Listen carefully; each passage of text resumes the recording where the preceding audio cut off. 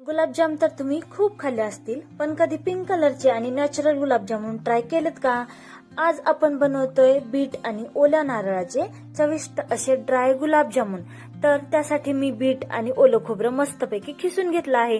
नंतर एका पातेल्यामध्ये दूध ठेवलं आणि ते पण छान आटवून घेतलं. नंतर ठेवली कढई, त्यात टाकलं साजूक तूप, त्यात गेले ड्रायफ्रुट्स. नंतर ड्रायफ्रुट्स खमंग असे मस्त परतून घ्यायचे. त्यामध्ये टाकायचं आहे ओलं खोबरं. ओलं खोबरं पण मस्त असं खमंग लाल होईपर्यंत परतून घ्यायचंय. ओलं खोबरं परतल्यानंतर आपल्याला त्यात टाकायचं आहे खिसलेलं बीट. बीटला पण मस्त परतून घ्यायचं आहे छान. त्यातलं थोडंसं पाणी जे आहे ते आटलं पाहिजे, असं आपल्याला परतून घ्यायचं आहे. नंतर त्यामध्ये आपल्याला टाकायची आहे साखर. साखर थोडी कमी टाकली तरी चालेल, कारण बीटला आपला स्वतःचा पण गोडवा असतो. आणि नंतर बीटचा आपल्याला खूप फायदा आहे.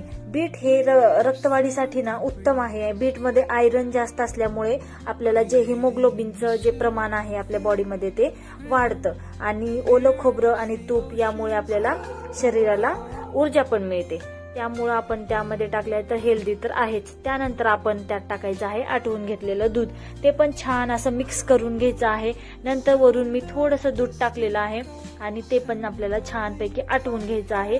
मस्त ड्राय करून घ्यायचं आहे. शिजल्यानंतर इतके छान लागतात हे खाल्ल्यानंतर. आणि मुलं असं बीट खायला म्हणजे नको म्हणतात, त्यामुळं आपण अशा पद्धतीनं बनवून देऊ शकतो.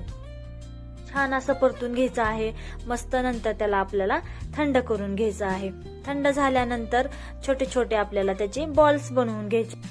बॉल्स बनवल्यानंतर आपल्याला ते सुक्या खोबऱ्यामध्ये मस्त असं घोळून घ्यायचे आहे. तर आपले हे मस्त बीटचे ड्राय गुलाबजामुन तयार आहेत. आहे का नाही एकदम मस्त सोपी आणि छान अशी हेल्दी रेसिपी. तर चला नक्की ट्राय करा आणि सबस्क्राईब करायला विसरू नका. चला बाय.